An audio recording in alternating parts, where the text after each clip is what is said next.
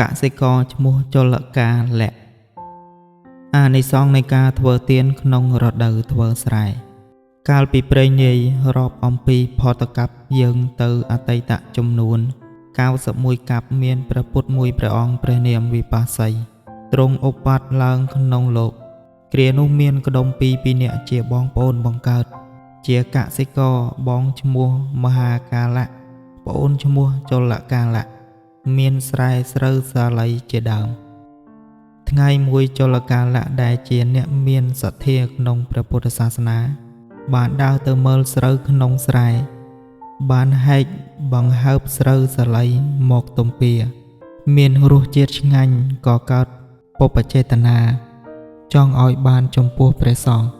មានព្រះពុទ្ធជាប្រធានទើបចូលទៅនិយាយប្រាប់មហាកាលៈជាបងថា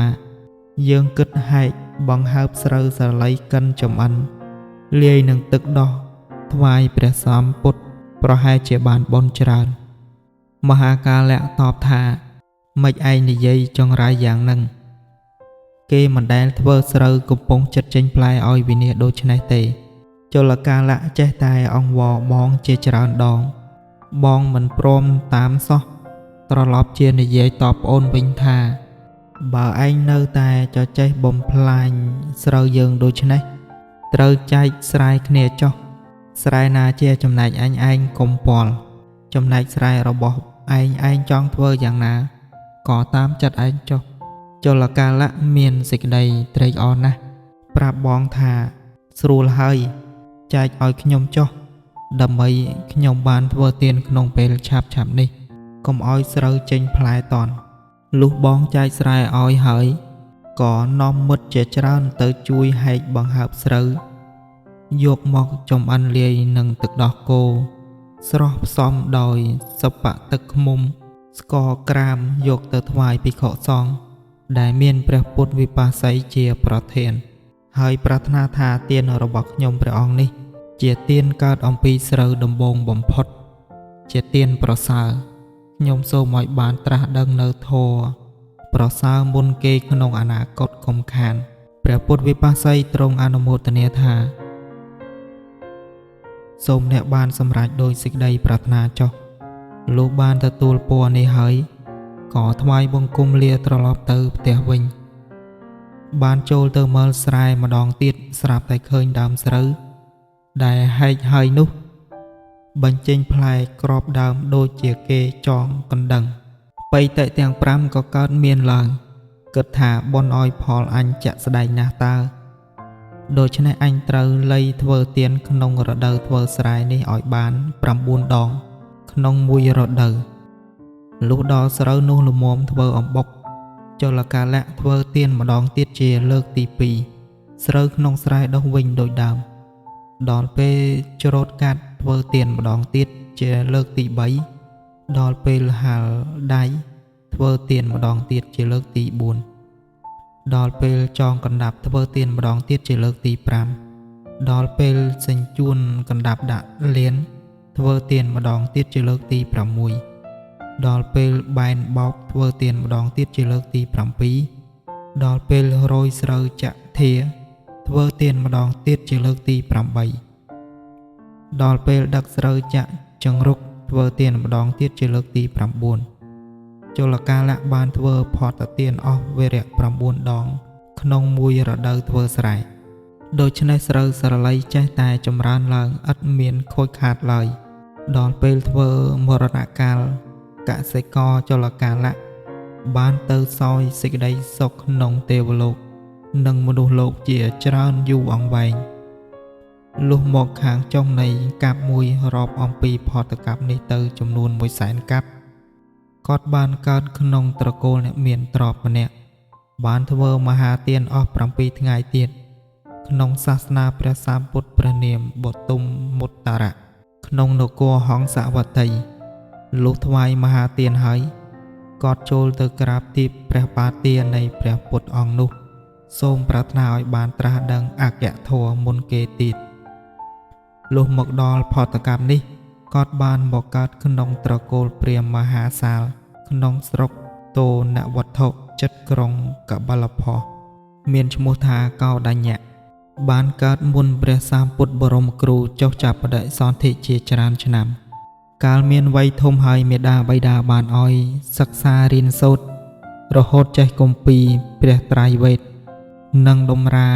ទាយមហាបរិសលក្ខណៈក្នុងពេលដែលព្រះបាទពុទ្ធោទនៈអញ្ជើញព្រាហ្មណ៍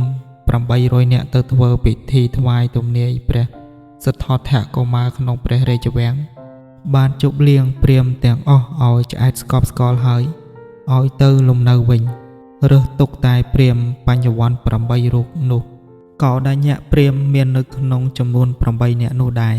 ជាព្រាហ្មណ៍ក្មេងជាងគេបំផុត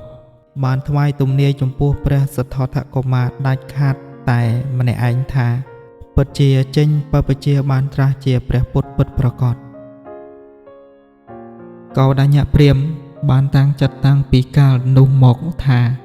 កាលណាព្រះសិទ្ធត្ថចេញបព្វជិលោកនឹងចេញបួសតាមព្រះអង្គដែរ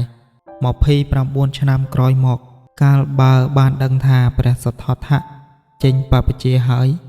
លោកបានបំពោះព្រាហ្មណ៍4រូបទៀតគឺវបៈផតយៈមហានាមអសជិ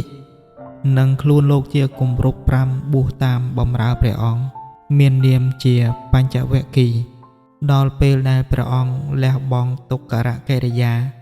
ពួកបញ្ចវគ្គីអស់ក្តីសង្ឃឹមក៏នាំគ្នាទៅនៅក្នុងព្រៃអិសិបតនមិគទេយវ័នក្នុងក្រុងពេរាណសីទៅលុះព្រះបរមគ្រូបានត្រាស់ជាព្រះអរហន្តសម្ពុទ្ធហើយទ្រង់ត្រិះរិះរកបុគ្គលដែលគួរទទួលបឋមទេសនានោះមិនឃើញមានអ្នកណាក្រៅអំពីបញ្ចវគ្គីភិក្ខុឡើយព្រោះអ្នកមាននិស្ស័យខ្ពស់គួរទទួលមុនបានធ្វើមរណកាលផុតទៅហើយព្រះអង្គក៏យាងសម្ដៅទៅព្រៃអិសបតនមិគទេយវ័នសម្ដែងបឋមទេសនាទីបំផុតធម៌ទេសនានោះកោដញ្ញភិក្ខុបានសម្រេចសោតាបត្តផលមុនគេក្នុងលោកទើបព្រះសម្ពុទ្ធទ្រង់បន្លឺទានថាអញ្ញាសិវតកោកោដញ្ញោអញ្ញាសិវតកោកោដញ្ញោប្រែថាកោដញ្ញបានដឹងធម៌ហើយណបានដឹងធម៌ហើយណអាស្រ័យព្រះឧទាននេះទើបមានពាក្យថាអញ្ញាកោដញ្ញជាប់ជានាមរបស់លោកតមកក្នុងប្រវត្តិពុទ្ធសាសនាកាលព្រះអញ្ញាកោដញ្ញបានសម្រេចសោតាបត្តផលហើយព្រះបរមគ្រូបានប្រទានអេហិភិក្ខុឧបសម្បទាចំពោះលោកមុនគេទៀតតាមសូមរបស់លោកតមកព្រះបរមគ្រូទ្រង់សម្ដែងអនត្តលក្ខណៈសូត្រលោកក៏បានសម្រេចជាព្រះអរហន្តហើយភិក្ខុ4រូបទៀតក៏បានសម្រេចព្រះអរហន្តដែរលោកជាព្រះថេរៈចាស់ទុំជាងគេជាព្រះអរិយសាវកមុនដំបូងបំផុតក្នុងលោកសមតាមសេចក្តីប្រាថ្នារបស់លោកមែនក្នុងពេលមួយលោកបាននិមន្តទៅជាតិភូមិរបស់លោកបាននាំក្មួយឈ្មោះប៉ុណ្ណមានណៈបាននាំក្មួយឈ្មោះប៉ុណ្ណមានឲ្យមកបួសក្នុងសំណាក់ព្រះសម្ពុទ្ធហើយទើបលោកថ្វាយបង្គំលាព្រះបរមគ្រូទៅគង់ចាំវស្សាក្នុងព្រៃហេមពៀនចិត្តស្រះផតតន្តៈជាទីស្ងប់ស្ងាត់តែមួយអង្គឯងអស់វរៈវេលា12ឆ្នាំដល់កំណត់អាយុសង្ខារហើយក៏បរិនិព្វានក្នុងទីនោះឯងមុនព្រះពុទ្ធបរិនិព្វានព្រះអញ្ញាកោដញ្ញបានទទួលឋានៈជាឯកតកៈខាងវត្តញ្ញូព្រះសម្ពុទ្ធត្រាស់សរសើរថាជាអ្នកដឹងរាត្រីជាកំពូលនៃភិក្ខុទាំងឡាយក្នុងពុទ្ធសាសនា